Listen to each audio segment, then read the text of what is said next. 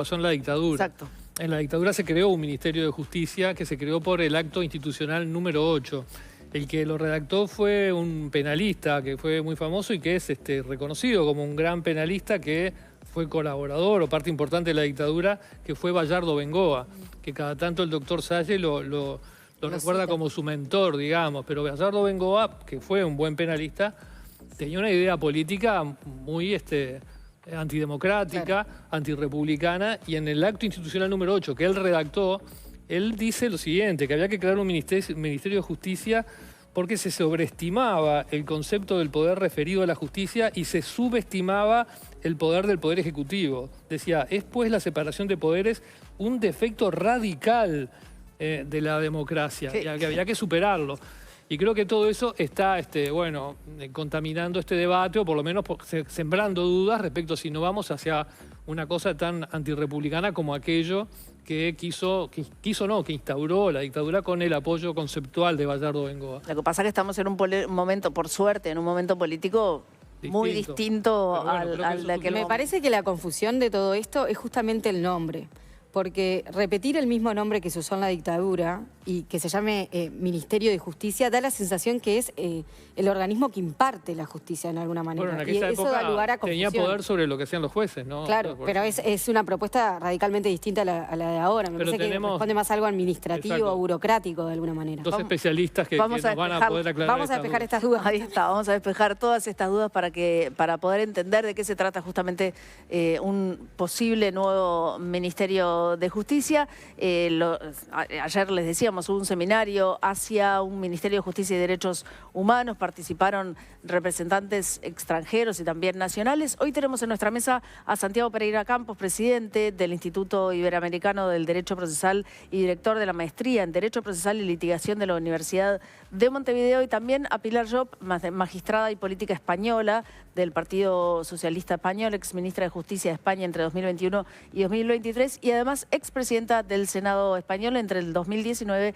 y 2021. Bienvenidos los dos, muchísimas gracias por estar con nosotros. Muchas gracias. ¿Puedo hacer una precisión? Por supuesto. Bueno, yo ahora estoy en la Judicatura, no pertenezco al partido, nunca he pertenecido al partido, siempre he sido independiente, pero fui en las listas del Partido Socialista como independiente. Ahí está la por diferencia. Hacer esa aclaración. Perfecto, te agradecemos mucho entonces. Bueno, les pregunto a los dos, porque se está dando como este debate de para qué serviría un Ministerio de Justicia, si no avasalla a otros poderes, si no toma decisiones que no tiene que tomar sobre los jueces, en fin. ¿Para qué sirve concretamente un Ministerio de Justicia y para qué serviría en nuestro país la creación de este ministerio? Bueno, si puedo contextualizar un poco, creo que estamos en un mundo muy globalizado y en un mundo cada vez también más digitalizado, en el que enfrentamos unos retos en este siglo XXI que están impactando directamente sobre nuestras sociedades. Y precisamente para mitigar esos retos, esos desafíos, como puede ser el crimen organizado, la criminalidad organizada que está instalada ya en todos nuestros países, por supuesto, también en Europa, también en España, lógicamente, y para reducir, a pesar de que somos una sociedad cada vez mucho más desarrollada, también tenemos más desigualdad en nuestras sociedades, precisamente para reducir todas esas brechas de género, brechas intergeneracionales, brechas de diversidad, brechas de igualdad. Necesitamos estructuras que sean más sofisticadas, estructuras que estén mejor organizadas, más flexibles y que respondan a las respuestas que necesita la ciudadanía en unas democracias como las nuestras, que cada vez son democracias más profundas. Y hoy, ¿qué institución hoy se ocupa o no se ocupa de lo que haría un eventual Ministerio de Justicia? Bueno, yo creo que el punto de partida acá es que hay que tener bien claro qué es un sistema de justicia. Y un sistema de justicia no es solo el Poder Judicial y tampoco es solo el sistema contencioso administrativo. Fíjense que nosotros tenemos en Uruguay conciliación ante el Ministerio de Trabajo para temas laborales. Tenemos conciliación en el área de defensa del consumidor, que depende del Ministerio de Economía para conflictos de consumidores. Tenemos centros de mediación, tenemos tribunales. Y uno de los problemas graves que tiene el Uruguay, por lo menos en mi opinión, es que tenemos un gran problema de acceso. Yo creo que hay miles de personas que no acceden a ninguno de los elementos del sistema de justicia y que además eso ni siquiera está medido, porque tenemos cifras de quienes llegan al sistema de justicia, pero no de quienes no llegan. Entonces, el instrumento este que señalaba Pilar, que es el Ministerio de Justicia en todos los países, o en casi todos los países del mundo, es una institución que lo que hace es mirar el sistema en su globalidad y diseñar políticas públicas, por ejemplo, de acceso, por ejemplo, de combate a la criminalidad, por ejemplo, de reinserción social, pero no tiene nada que ver con la función o con la tarea que cumplen los jueces. Eso es bien importante.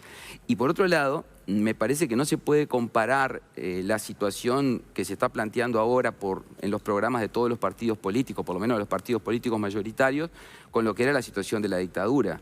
Porque ninguno de los 3 partidos que ha colocado en su programa el Ministerio de Justicia plantea una reforma constitucional. Y la Constitución es muy clara en cuanto a que la Suprema Corte de Justicia y el Tribunal de lo Contencioso Administrativo son los únicos órganos que van a ejercer la función jurisdiccional. Y es más, en otros países, Pilar puede explicar eso también, es muy común que los ministerios de justicia tengan algún rol en la designación de los jueces, cosa que en Uruguay no podría ocurrir porque la Constitución no lo permite. O sea, que hay 2 cosas que están protegidas por la Constitución. Primero, el rol de juzgamiento y segundo, la designación de los jueces. El único punto en el cual el sistema político tiene influencia en la designación de los jueces, pero de hecho no la ejerce, que es en la elección de los ministros de la Suprema Corte y del Tribunal de lo Contencioso Administrativo, donde allí, si hay un acuerdo político, lo pueden designar el sistema político, aunque todos sabemos que en los hechos terminan llegando los más antiguos, que no siempre necesariamente son los mejores, pero bueno, no se ha llegado a los acuerdos políticos en el último tiempo. Entonces, la idea de este ministerio es, en todos los países en que lo implementan, pero en Uruguay con ciertas restricciones adicionales, es mirar de forma global las políticas públicas. Y está buena la pregunta sobre el tema del nombre, porque alguien podría decir, ¿y por qué no le llamamos de otra manera o lo colocamos en otro lugar? ¿Y por qué es importante que sea un ministerio? Bueno, quizás habría que ver qué palabra colocar, pero para mí tiene que ser un ministerio porque es lo que asegura la rendición de cuentas. Si yo coloco este mismo entidad en una oficina en presidencia, por ejemplo, como hay muchos órganos que están colgados de presidencia, me quedo fuera de la rendición de cuentas. Entonces, fíjense hoy, un ciudadano que tiene un problema de falta de acceso a justicia, ¿a quién se llama responsabilidad hoy? Bueno, está todo desperdigado. Nosotros necesitamos tener a alguien que sea responsable frente a la ciudadanía, asumiendo ese cargo de ministro o de ministra, frente a la sociedad, que puede ser llamado a responsabilidad por el Parlamento. Obviamente, esto en el marco de la Constitución. Entonces, el Ministerio de Justicia puede ser una herramienta muy buena o una herramienta desastrosa. Depende de cómo se diseñe y cómo se implemente.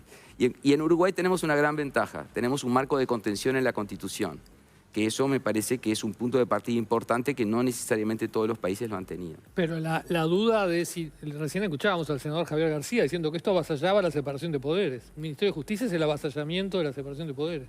A ver, yo creo que la experiencia en el mundo ha sido que cuando el sistema político quiere entrometerse en la independencia judicial, lo hace siempre y no es el Ministerio de Justicia la vía por la que lo hace, porque es la vía en la cual estaría más expuesto. Y a eso le agrego que además la Constitución... No es la experiencia que tenemos en Uruguay donde se usó el Ministerio de Justicia para justamente... por supuesto. Tuvimos la experiencia claramente opuesta a eso, digamos. Pero nadie está pensando en un Ministerio de Justicia con ese diseño de Bayardo Bengoa, porque obviamente la Constitución lo prohíbe. Entonces, esto implicaría ya avasallar no solo el Poder Judicial, avasallar la Constitución directamente. Claro, se están comparando 2 cosas que lo único que tienen igual es el título. Exacto, exacto. Si sirve de experiencia, nosotros también venimos de una dictadura. En España hemos tenido 40 años de dictadura donde también había un Ministerio de Justicia, un ministerio que es centenario, ha pasado por distintos periplos históricos y ese Ministerio de Justicia, pues claro, durante la época de la dictadura nos podemos también imaginar que había un poder con 3 funciones, podríamos decir, que por eso era una dictadura.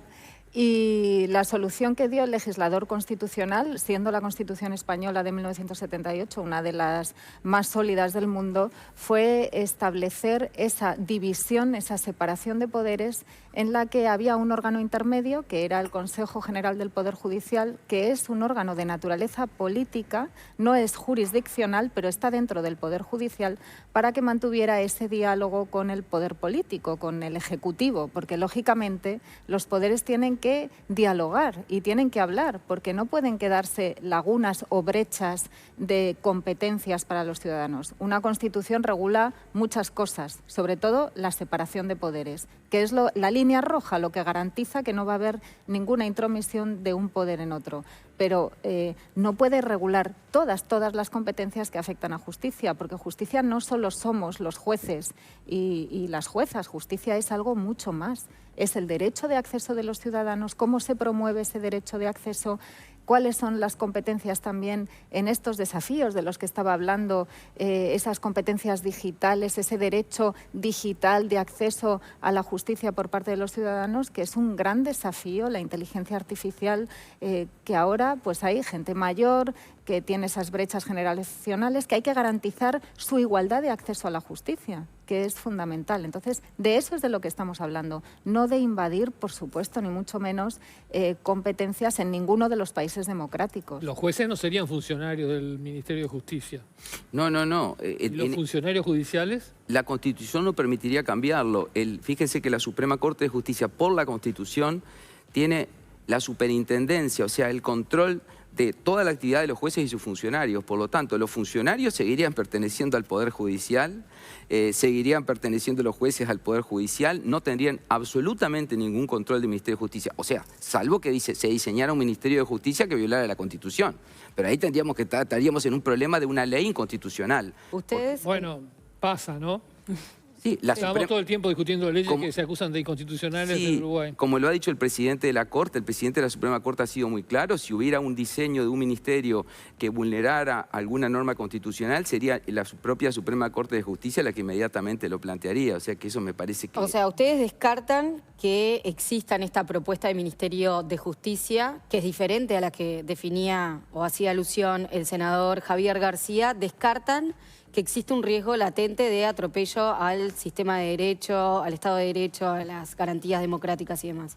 Yo no conozco cuál va a ser el diseño, no conocemos el proyecto, no sé ni siquiera si hay un proyecto. Nuestra opinión fue desde el punto de vista técnico, considerando la experiencia de los países, de las democracias plenas, cuál era esa experiencia. Y la experiencia ha sido siempre que con un adecuado diseño y con un marco constitucional de contención, los ministerios de justicia no son precisamente los... O sea, la clave estaría entonces en cómo se diseña la propuesta, que hasta ahora no se conoce. No se conoce, a lo que agrego que con una ventaja frente a otros países, que tenemos un marco de contención constitucional muy fuerte. Esa es la diferencia que mencionabas cada vez que hablabas y decías, Uruguay tiene una singularidad. Exacto. Por ejemplo, en muchos países el diseño constitucional y legal permite una incidencia política en la designación de los jueces. Por ejemplo, proponer los jueces y luego designar. No, en Uruguay eso no se puede, salvo, repito, con los ministros de la Corte y la Asamblea General. Entonces, eso lo va a seguir designando solamente el Poder Judicial porque la Constitución lo prohíbe que lo haga otro. Entonces, ahí no hay ese riesgo. Perdón, cierro con esto. Entonces, nuestra Constitución daría unas garantías más firmes que en otros países incluso. Por lo menos para el modelo que yo creo que es el más adecuado, es que no haya injerencia política en la designación de los jueces. Hay algunos que piensan que es bueno que el sistema político se inmiscuya en la designación de los jueces, eso es muy discutido, pero en Uruguay está claro que no puede por la Constitución. Me gustaría... Incluso, si puedo decir una cosa, sí, claro. El diseño institucional en España contempla un tribunal constitucional distinto que no es del Poder Judicial, no es Poder Judicial según la Constitución. Es jurisdicción constitucional, pero no jurisdicción ordinaria, que son los jueces y las juezas. Aquí la Corte Suprema sí hace las funciones de Corte Constitucional, lo que significa que es un poder muy independiente. O sea que nosotros tenemos un órgano externo, una institución que es la que declara la inconstitucionalidad de las leyes y eso no ocurre aquí. Y además ese órgano es de naturaleza política porque lo nombra el legislativo, el ejecutivo y el judicial. Los tres poderes están representados en el Tribunal Constitucional español. Me gustaría llevar esta discusión como a ejemplos concretos de la vida diaria para lo que podría ser un Ministerio de Justicia. Porque cuando ustedes señalan esto garantizaría el acceso a la justicia, pero no la justicia poder judicial, sino la justicia de cosas que nos pasan todos los días. Por ejemplo, a ver si lo entiendo bien. Vivimos hablando con defensores de oficio que nos cuentan que hay muchísima gente que no accede a un abogado, bueno, porque no puede pagarlo y porque los defensores de oficio, por ejemplo, no lo pueden atender. ese podría ser un caso que atendiera al Ministerio de Justicia de alguna forma. O, por ejemplo, cuando vamos a una mutualista y nos dicen que para ver a un gastroenterólogo violando todas las normas tenemos que esperar 5 meses. Por ejemplo, esas cosas de desigualdades que enfrentamos todos los días, ¿serían tema del Ministerio de Justicia? A ver, lo que hace el Ministerio de Justicia es un gran articulador en cuanto a las posibles soluciones de acceso. Entonces, para ponerlo en un ejemplo claro, lo que hace el Ministerio de Justicia es decir, hay muchas puertas en la justicia. Nosotros siempre tenemos en la cabeza que la puerta es hacer un juicio, pero hay muchas puertas en un sistema que funcione bien. En Uruguay tenemos un problema y no hay un sistema multipuertas donde una persona pueda ir a un orientador que le diga, mire, de acuerdo a las características de su conflicto, a usted la verdad es que no le vale la pena hacer un juicio, mejor pida una audiencia acá o vaya a hablar a la Defensoría o vaya a hablar a la policía, etc. Entonces, hoy sometemos a las personas a un peregrinaje absurdo por múltiples oficinas que a la segunda oficina que va se resigna, no reclama.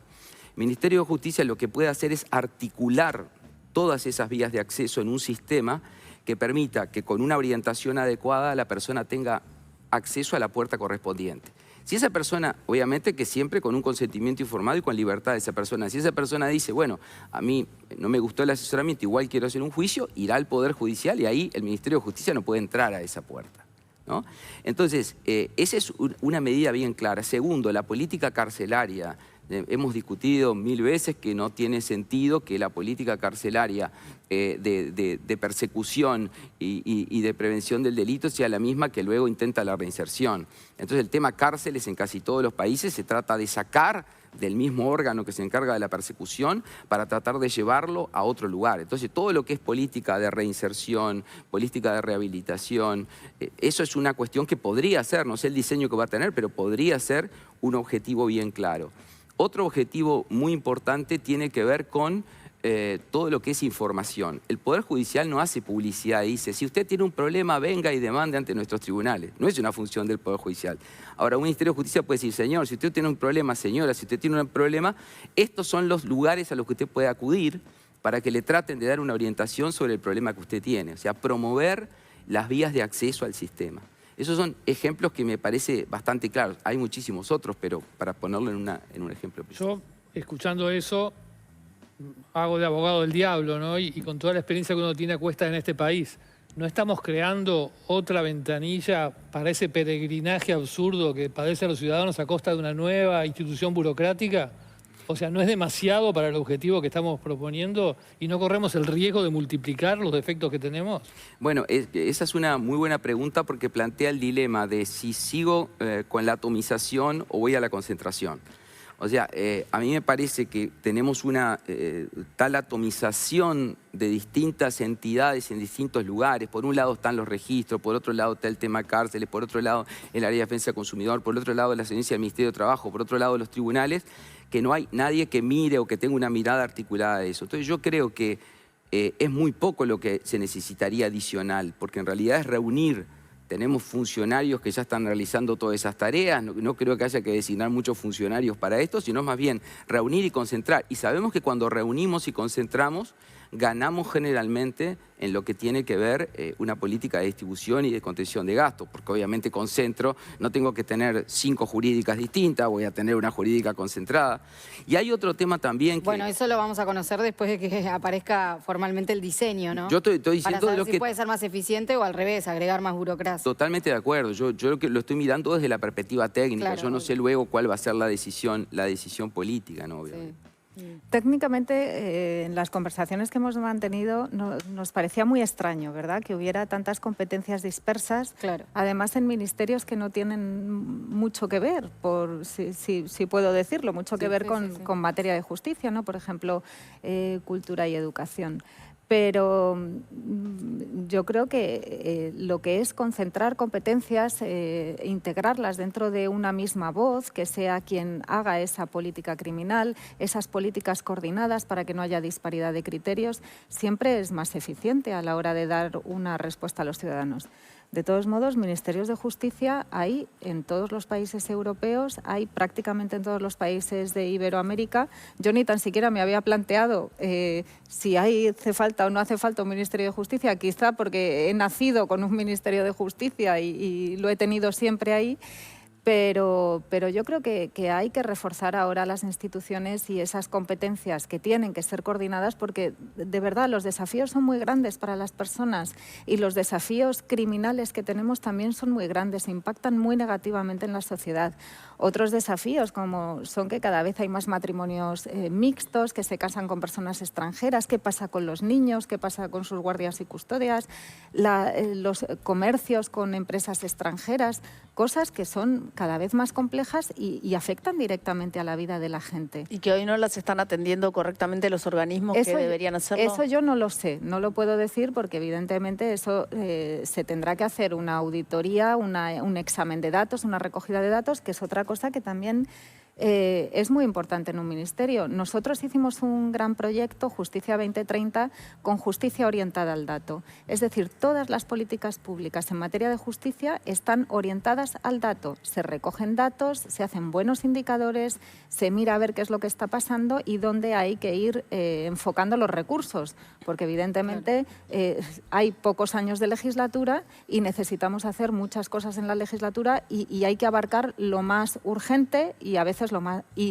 más urgente y necesario y a veces lo más necesario también. Es un punto interesante igual porque generalmente la diversificación de servicios sin una articulación que los coordine suele generar dispersión y mala calidad de atención. Eso es lo que de yo gasto, quiero en fin. transmitir, exacto. Pero no está claro, o sea, me queda la duda esta, ¿el ministerio absorbería todos esos servicios que están dispersos? Claramente el INR parecería que sí, de alguna manera pasaría a ese ministerio, pero Defensa del Consumidor que está en el Ministerio de Economía, ¿pasaría? ¿O el ministerio sería el que lo supervisaría y orientaría a la gente mientras igual se mantendría en el lugar donde está hoy? Sobre eso no... Hay que discutirlo. Claro, cada Exacto. país Yo tiene no que hacer conozco su ningún diseño, proyecto, claro. exacto. Claro. Puedo dar una opinión de lo que yo pienso, pero no sé qué piensa el gobierno ni sé cuál es la idea. Claro, o sea, ¿no? estamos discutiendo cosas que están muy verdes, que habría que entrar a discutirlas más Es como en un primer concreto. concepto. Exacto. El diseño va a ser político. Es un primer debate sobre que se ha podido detectar que existe esa dispersión y que hace falta, bueno, pues una política criminal también. Y luego, si me permiten, yo en los foros internacionales, como ministra de Justicia que he sido, por ejemplo, en la Conferencia de Ministros de Justicia Iberoamericana, que es un organismo muy potente que incluso tiene capacidad de hacer tratados. Uruguay no estaba representada a nivel de ministro de Justicia o ministra de Justicia. Claro, yo no podía tener una reunión bilateral con Uruguay en ese foro para ver si hacía falta impulsar una comisión rogatoria o si podíamos hacer un memorando de entendimiento en materia tecnológica judicial, algo que he venido realizando con muchos países del entorno y con países europeos y que no tenía un interlocutor en los foros internacionales, porque la cooperación jurídica internacional es muy importante y hace falta un punto focal que sea quien con especialización trate estos temas. Un ministerio de justicia es un ministerio técnico.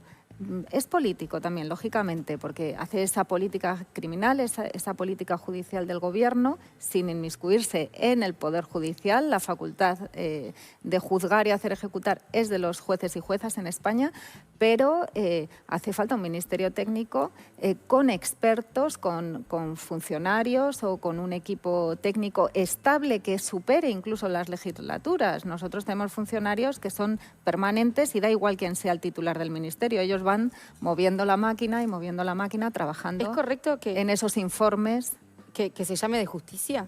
En todos los países del mundo se llama o Ministerio de Justicia o Ministerio de Justicia y Derechos Humanos, o Ministerio, en algunos países se habla de Ministerio de Instrucción y Justicia, pero La palabra justicia, ahí está, no la palabra, confunde. bueno, en ningún país confunde. Lo que pasa es que acá tenemos como decían, ahora tenemos el karma de lo que pasó en la dictadura, que fue una invasión totalmente arbitraria y se fue por el Poder Judicial, eso está claro. Es relevante también mencionar, como decías tú, que en la mayoría de los países de Europa lo tienen y en la región Argentina, Brasil, Chile, Paraguay, Bolivia, además de Estados Unidos y bueno, es una lista grande de países donde el mundo ha ha caminado para esa dirección. ¿Países que no lo tienen? ¿Cuál es? ¿Uruguay es un caso único? Bueno, lo que pasa es que no es un caso único. Lo que pasa es que países como Estados Unidos o México tienen una figura un poco distinta donde se concentra mucho el poder en lo que es el fiscal general.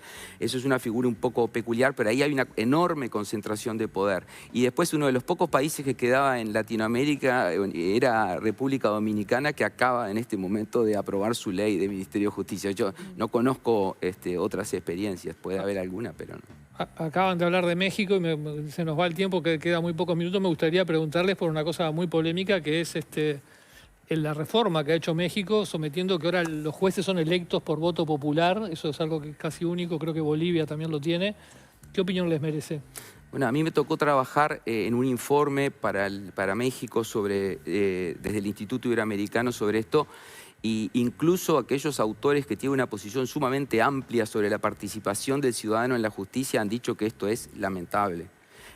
Lamentable fundamentalmente no por la participación, se puede discutirlo de si el voto o no el voto de los ciudadanos, pero sí, en este caso hay una enorme politización, porque los candidatos son propuestos por los partidos políticos y hay que votar tantas personas que básicamente lo que hace el votante es mira cuáles son las personas que están indicadas por el partido y votan, con lo cual ese es el grado más extremo y más grave de politización de la justicia, ¿no?